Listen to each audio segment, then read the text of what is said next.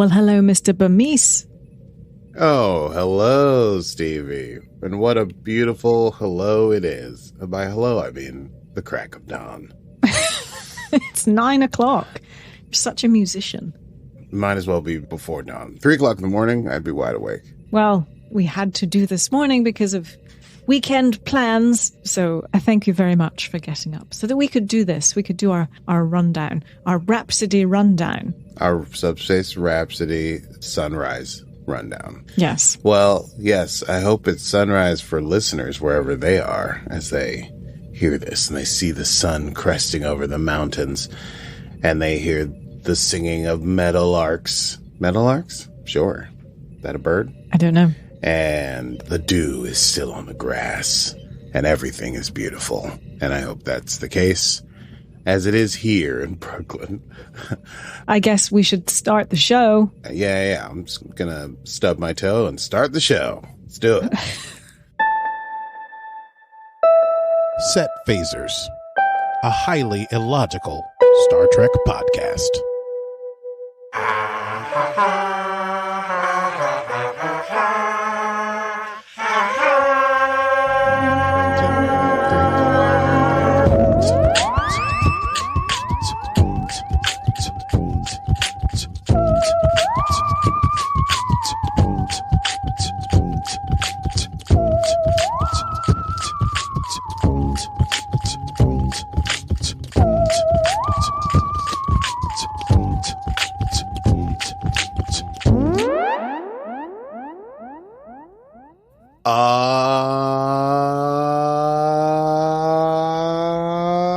Hell yeah. Welcome to... Was that necessary? It was to wake me up, basically. Oh. Welcome to Set Phasers, a highly illogical Star Trek podcast. Today's stardate is stardate 4290803.1. And we're talking about the penultimate episode of Star Trek Strange New Worlds, Season 2, Episode 9, entitled Subspace Rhapsody. A musical episode. It's a musical and not amusing. I found it a delight. Now, to be fair, I have very low expectations when it comes to musicals. So that's I probably should have communicated that to you. But I thought they did. I thought many things were done well in this episode. If there's not and I tried, a single melody still in my head. Do you have a single melody still in your head? No, there's not. So right. That's a failure of the songwriting. Indeed. However, I still love to see people sing and dance together, even if it's weird 80s songs. But this is the era we live in, or the era they live in. Well, you know what was interesting? Well, we should save it for the chat. Let's run it down. It's time to run it down. Can you run it down for me? What just happened? Can you run it down for me? Of course. Well, there's this wonderful, weird subspace jellyfish that the Enterprise is studying, and they're trying to run scans on it in order to perhaps use this huge subspace anomaly to increase the rapidity of their subspace communications, which is interesting science even to begin with. But the experiment they're trying to do is eating up so much computing power that almost everything else on the ship, things that normally would be automated, are having to be done much more manually. And so we find Uhura at the communications desk connecting people to all their stuff. She's like doing a switchboard operator in the 1920s. Very musical style start, very rapid voice speaking stuff. And there's things going on. I should mention all the I usually don't watch the previously on Strange New Worlds, but I did this time because they decided that everything should have to do about love, the various relationships either in the offing or burgeoning into existence. For example, Captain Patel is trying to get Pike to take a vacation to this place where they can do some hiking. There's a hotel and there's a museum and all this stuff. And he's like, ooh, yeah, I'd love to go on vacation, but maybe let's put this on hold for a bit. It's just a bad time just now. And Chapel is waiting for information on a fellowship, and Kirk is coming aboard to study with because he's about to become the youngest first officer in the fleet, and there are some gaps in his knowledge, and he thought he would learn some things from the best of the best. In any case, we find out that Chapel did get her new fellowship. Remember, she got rejected from the other Vulcan fellowship, so she's got this new fellowship with this guy, Dr. Corby, and it's a 3-month fellowship. So going to go away for 3 months. Now, this is when I was like, oh, this is a bit much. You would think, she's like, I got to tell Spock. And there's this whole thing about her and Spock and them not being in a relationship anymore. It's 3 months. It's like, you live in space. You're probably going to go fight a Gorn and discover a world and then be back 3 months later. It's fine. He'd been away from T'Pring for longer. Yeah, it's like a summer break. Although, I will say, experientially, most high school relationships don't make it through summer break. Summer lovin'. Anyway. I'm sorry. That's very cute. Oh, I meant you, from experience, know that most high school relationships, that was cute. That was vulnerable. Oh. I applaud you.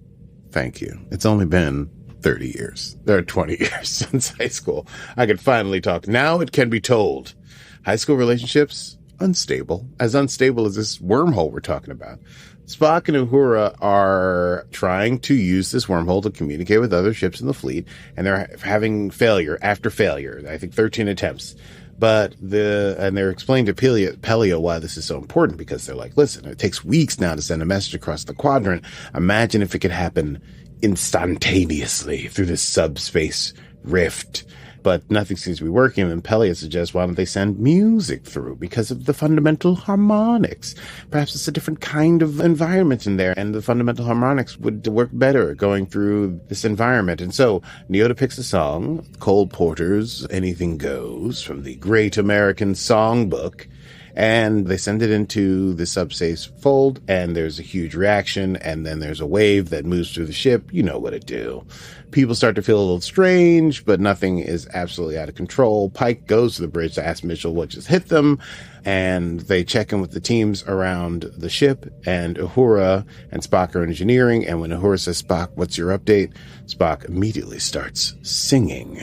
And then people are singing in sickbay, and they're singing on the bridge, a song I didn't look up any of the names of the songs because I entitled them myself. This one's called Most Unusual, So Peculiar. The Enterprise is surrounded by a field, and everything that is on the ship is susceptible to singing.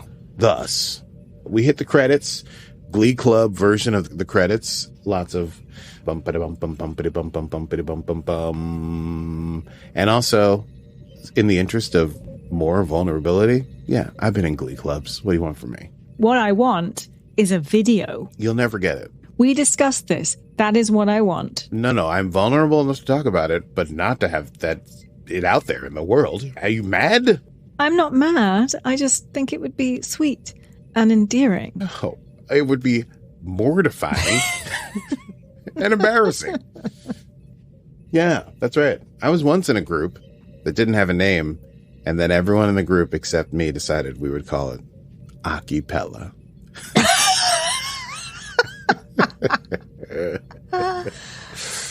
And that did not last long. I could not stand it. And that was college. I feel like you should relay this information to your Lake Street Dive bandmates.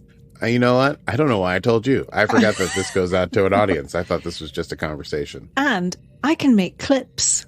No, don't do that. First of all, listen, if any of you out there were in Acapella and there are clips before smartphones, so I don't know how you would have it, destroy them immediately. Don't let anyone know that this happened. No. If there are clips, you should get in touch with me. You can email us at setphasespodcast@gmail.com. Don't email anybody.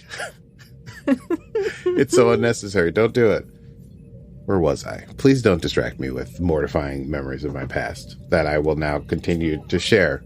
You brought up Acapella. Well, it was a different time. You know what I mean? Okay.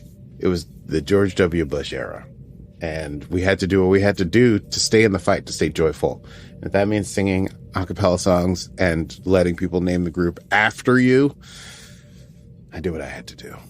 Okay, back to our musical episode, our hokey musical episode. So, the command crew gets together. There are reports of, quote, musical outbreaks from all decks.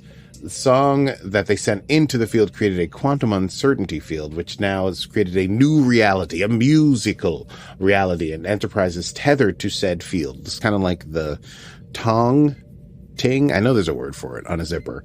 And they're thinking maybe they could re-zip it. They would have to just connect to the field harmonics using their Heisenberg projector, which they would have to connect manually, and then they could send a zipper beam in and then go backwards and zip up this subspace rift, and then no more singing. So Uhura and Spock start working on that, and Spock, seeing the messages in Uhura's sort of like to be distributed box, sees that Chapel got a message from Dr. Corby and wonders if that means she got her thing and hasn't been mentioned to him yet. And Uhura encourages Spock to ask Chapel, as she does not check personal correspondence. But Spock says that the relationship has been having communications challenges of late. Una and Kirk connect while they're trying to do the actual manual connection of the Heisenberg protector and the field harmonics to the deflector dish or something. I don't know. There was too much to write down. And as they're discussing how to be a best first officer, Una breaks into a song. And now this is the only song I think that really seems to cleave to the Great American Songbook style of song, the like 1940s, 50s, 60s musical number. You sing, you talk, there's a little bit of back and forth. It's like got a dancing vibe to it.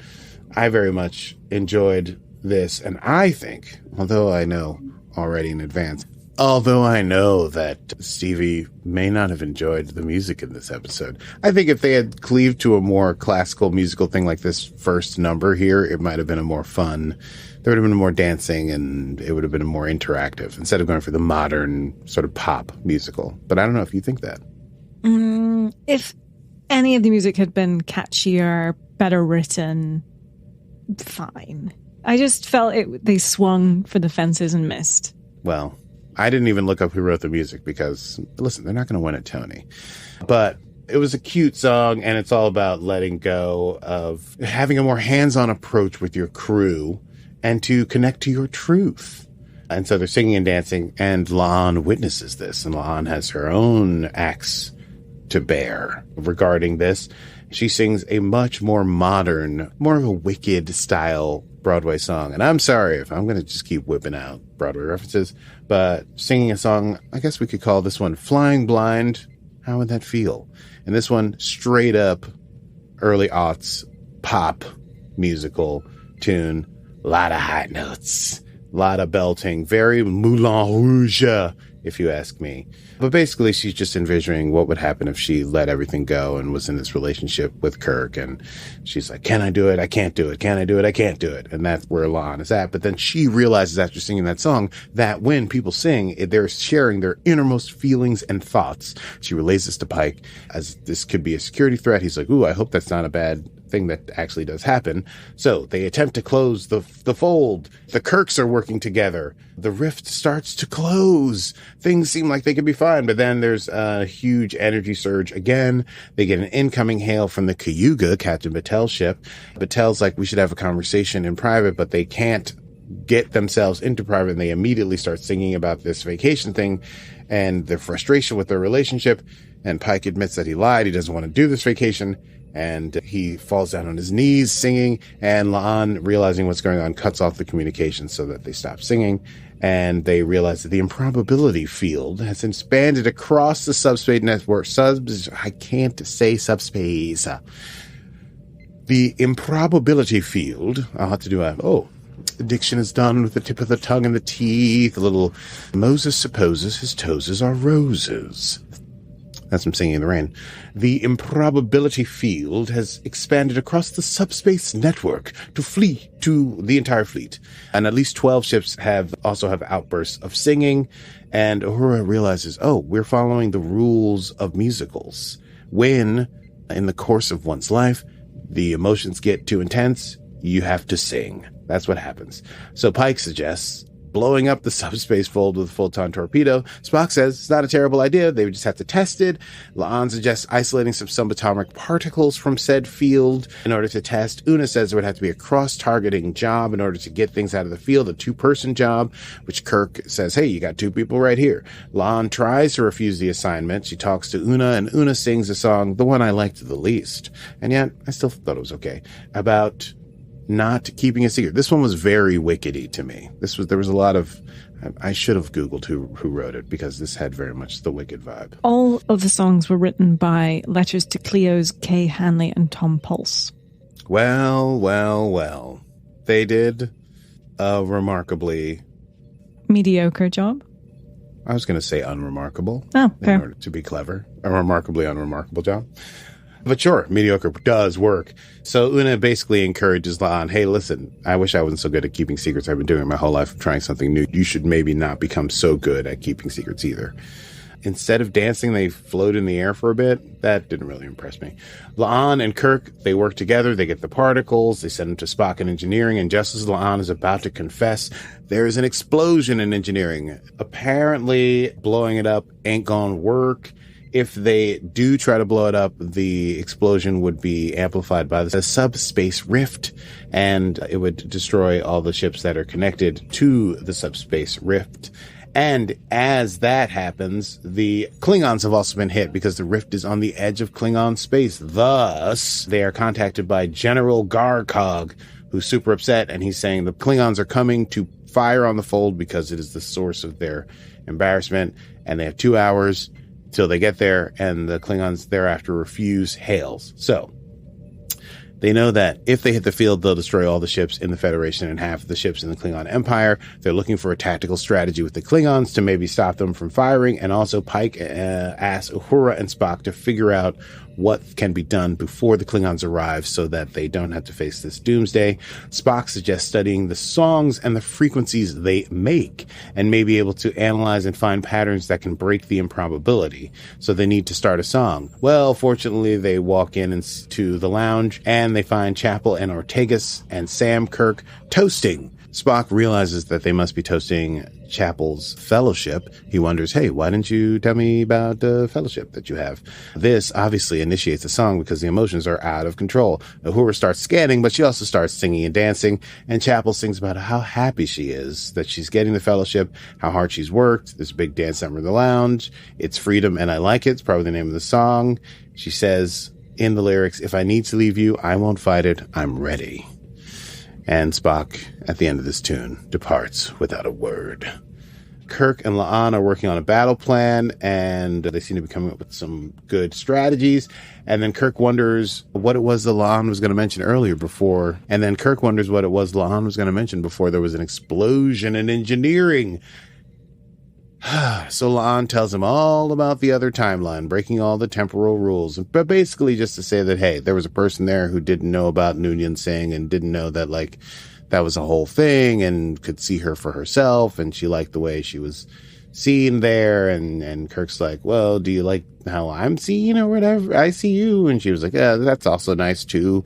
And Kirk's like, hey, I'm not going to lie. There's a little something going on here ever since you first called me. But hey, I'm in a sometimes on again, off again relationship with some lady named Carol who's pregnant.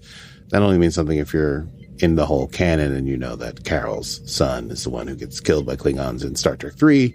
And Carol is the one who works on the Genesis machine. There's a whole, it's like the whole Khan Kirk thing is a big messy web there.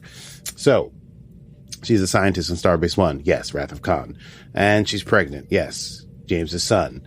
And oh, wow. So things are awkward. Anyway, Uhura walks in, finds Spock, Spock says he's been analyzing the data. He cannot find a pattern, and he is distracted because he didn't realize that Chapel would be so definite about ending their relationship. Spock sings his song, talk about a lovely baritone, and basically about having convinced himself that it was time to love and maybe that he needs to get back to being the Spock that he wanted to be. Boimler would be ecstatic. This song's right up my alley. They are so close to nailing it. I solved for Y in my computation, but missed vital information. The variable, so devastating. I'm the X. Everyone loves their algebra songs. Trust me, I'm a professional. He apologizes and leaves. Uhura looking at the pattern, sings in her own Uhura song, basically about being alone so much and the people in her life dying, but also that she's the one that's been able to keep people connected. Everywhere she goes, she's solo, but she'll light the path and keep us connected.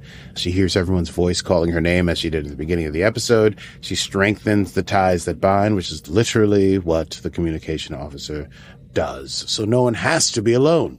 Uhura sings her song, and then she sees a pattern, and she knows what the next move has to be. Whenever someone sings, the field spikes, and they need to get the spike to a certain level to break the field. But in order to get, like, the spike goes up to like 50 or 30 when people are singing all together, and they needed to get to like 350, 344, I think, precisely. So they had to get a lot of voices singing together. The whole ship, like all 200 crew members on the ship.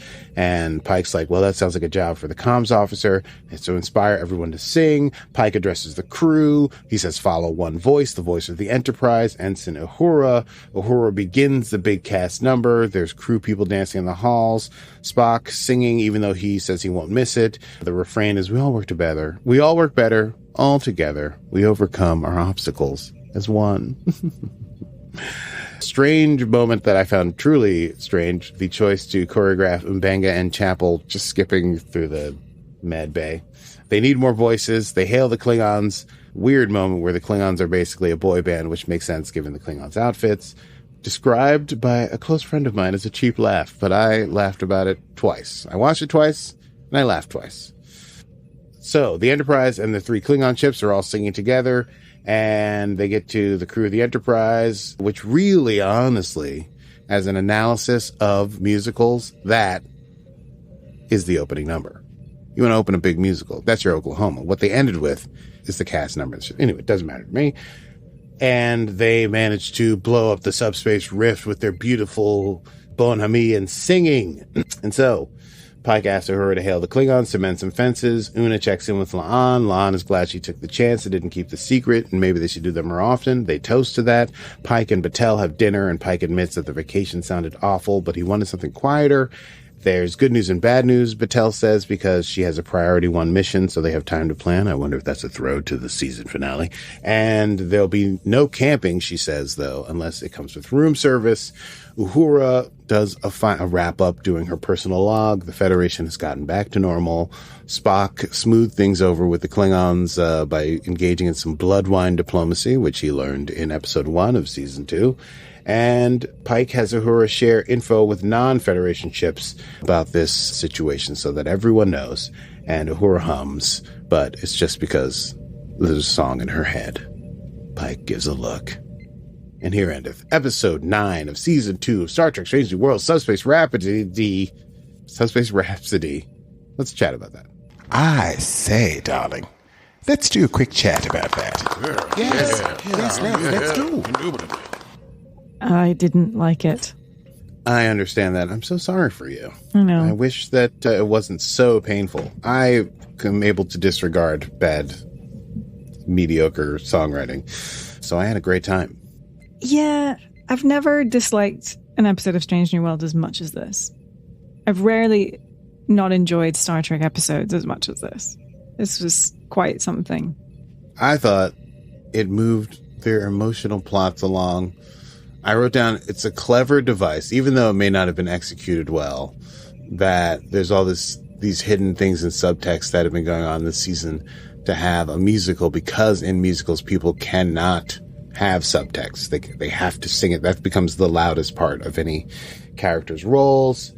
And I thought it was cool that they used the lens of like Uhura as the glue that brings the ship together, despite the fact that Uhura has been battling with her own fear of her legacy. I agree. I think it worked as a plot point. It certainly moved things forward. If it had been done well, then maybe. There was an episode of another a TV show that I watched, and they had this sort of jumping the shark musical episode. And I think that the plot point that got them into it was they were doing an ayahuasca. They were doing an ayahuasca retreat, and this is what happened. They go into their like trips and they have their musical numbers. But the music was better and I didn't mind it. So that I will use that to say that I might have enjoyed this more if the music were better. I just felt so disengaged through the whole thing. The only thing that I really engaged with was poor Spock being left behind. Was he being slightly dramatic because he was only being left for 3 months? Yes. But I still felt for him. Yeah, sure. I think, no, I guess they did a fairly good job of making sure that happened in the alternate reality. But still, I just don't feel...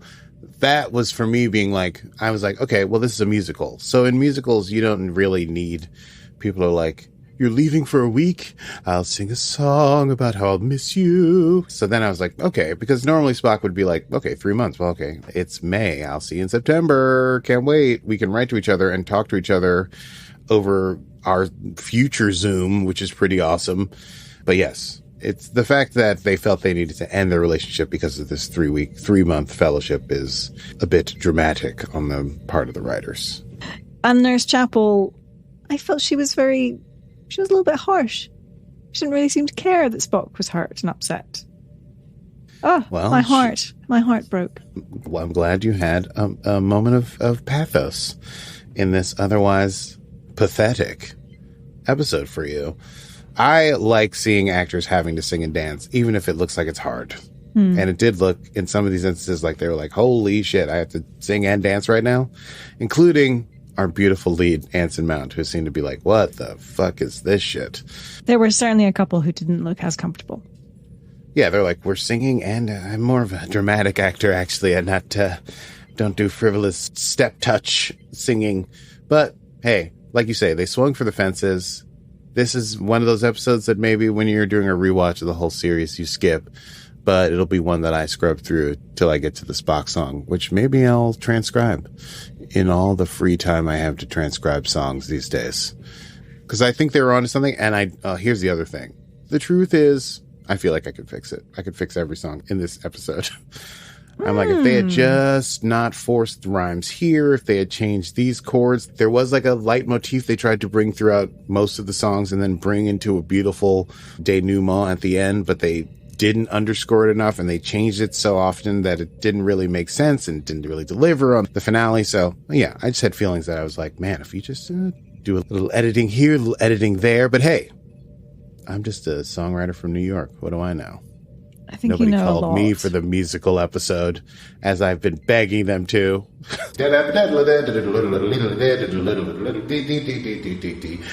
Hello and welcome to Live on Location at the loudest place on earth. Set phasers. We go immediately now to the Easter egg desk with Stevie Man. Stevie, how are you? Well, hi there, Rocky. I am well. I wouldn't say this ever really had a trope in history to compare it to, so this is a standalone musical episode.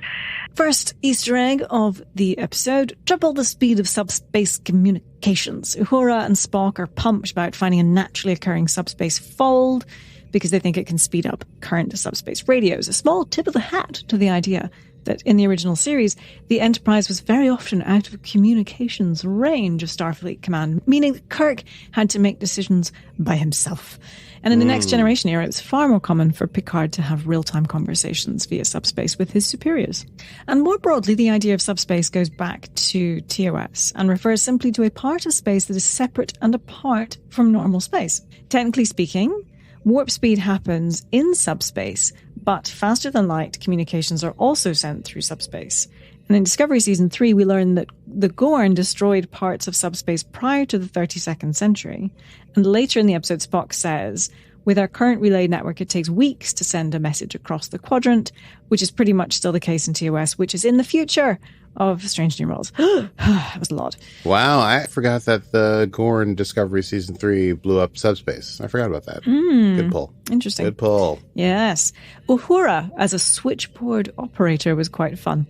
Because the Enterprise computer is being hogged by communications connected to the subspace fold, Uhura has to do all of this manually, which happens a lot in the original series and in the motion picture too. A nod to the outdated tech of TOS era that's still very much present here because that's in the future.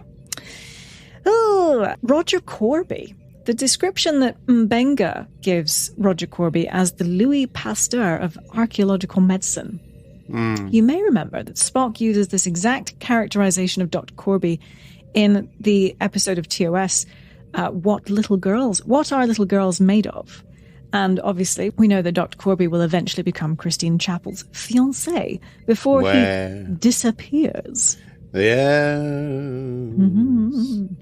Which makes Spock's song, I Am the X, all the more poignant. Spock isn't just losing... I loved it. Yeah. It was so close to being brilliant. All right, go on. Yeah, I know. Interestingly, we don't know who the captain of the Farragut is at this point. So Kirk comes up on board. We know that he's about to be promoted to first officer, but we don't know who captain of the Farragut is. We do know that the backstory of the TOS episode Obsession tells us younger Kirk served on that ship at this time, but confusingly, the episodes described in Obsession take place either at the very end of the Klingon War or smack dab in the middle of it. So it's possible that Strange New Worlds is messing with the timeline a little bit, which they don't tend to do. And we're supposed to believe that Garavik is still in command, and Captain Garavik was captain of the Farragut at some point. So I'm just curious about what they're tap dancing around here and who the captain of the Farragut is or is going to be, if we're going to find that out, or if it matters not at all. Ooh, very Shakespeare. How lovely. If it matters not a jot. Oh, for it matters not at all. Indeed. Sorry. Gilbert and Sullivan in the song Connect to Your Truth. Number 1 makes reference to Gilbert and Sullivan. You may remember that from the Short Treks episode Q&A, in which she and Spock sang, I'm the very model of a modern Major General. You got it. Thank you. While stranded in the turbolift. Accidentally, Michael Chabon penned that episode and also referenced the TNG classic Disaster, in which Crusher had Geordi sing the same song. Mm-hmm. So fun little connection there. I do possess the entire catalog of Gilbert and Sullivan on CD behind me. This is a little interesting nod here. So La'an calls Kirk Jim, which is what the alternative universe Kirk asked her to call him in Tomorrow. Of course, though, throughout Trek canon, we know Kirk himself prefers Jim to James. But weirdly, almost everyone in Strange New Worlds has called him James, except La'an, who is calling him Jim. So, just wondering where that might go, if it goes anywhere at all. That's right. He's not cool enough to be a Jim yet. No, he's cool. He's just not that cool. I don't think you touched on the fact that Bruce Horak was a Klingon captain. So when Bruce Horak was killed off as Hemmer, they did say, the producers and directors did say that, the showrunners said that Bruce Horak would be back. He would not leave Strange New Worlds forever, and he has so far appeared, I think, 2 or 3 times already.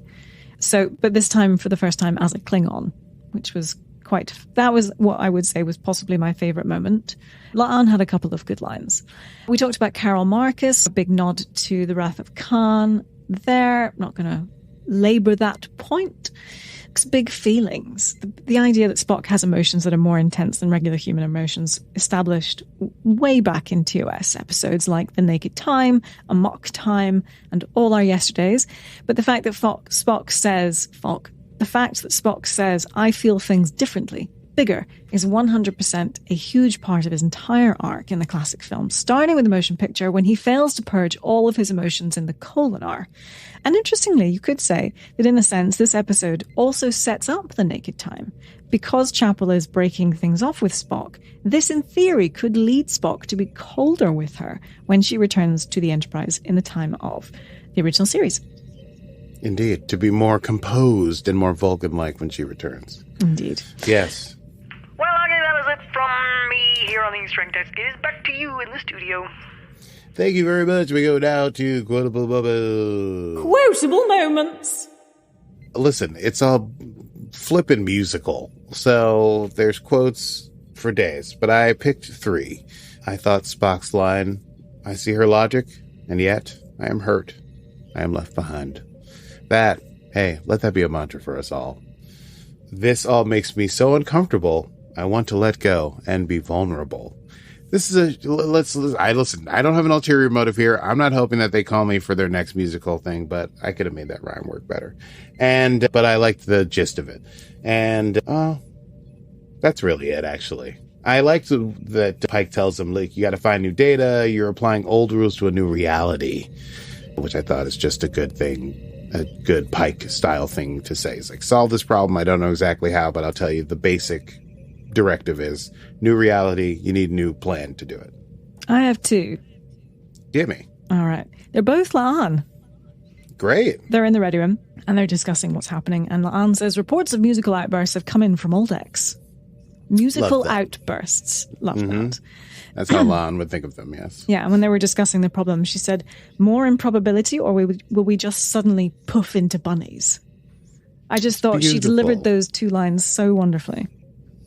Just her full disdain for this whole situation. Which, interestingly, mirrored my own. Hello. Look at that. You found another way in to this episode. You and La'an, you and Spock. Chiaroscuro. Let's move on to next time. Didn't know you spoke Italian. Next time on Set Phasers. If it has to do with drama, then I know the word.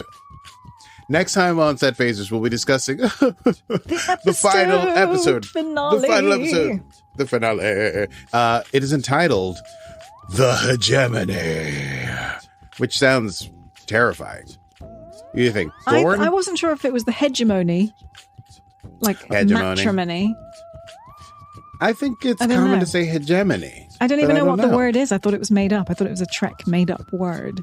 Oh, hegemony. It's like a dictatorship. It's like a not ruthless necessarily. It's like fascism. Hegemony is just like total power. Yeah, so please join us for that. And if you enjoyed this episode and you can't wait until next week to hear about that episode, we have tons of back episodes that you could check out. So please do go to wherever you get your podcasts from and listen to us talk about Star Trek, dang it. Absolutely. And do follow us on all of the things. I might even just post a little clip of Aki. Don't. And why would you? Because this is who I am and what I do. I might not. We'll see. You'll just have to follow us and find out. I know I have several days to go find everyone who was in that group and swear them to secrecy in a blood oath. Aww. All right, fine. Well, until next time in our season finale, I am Stevie Mans.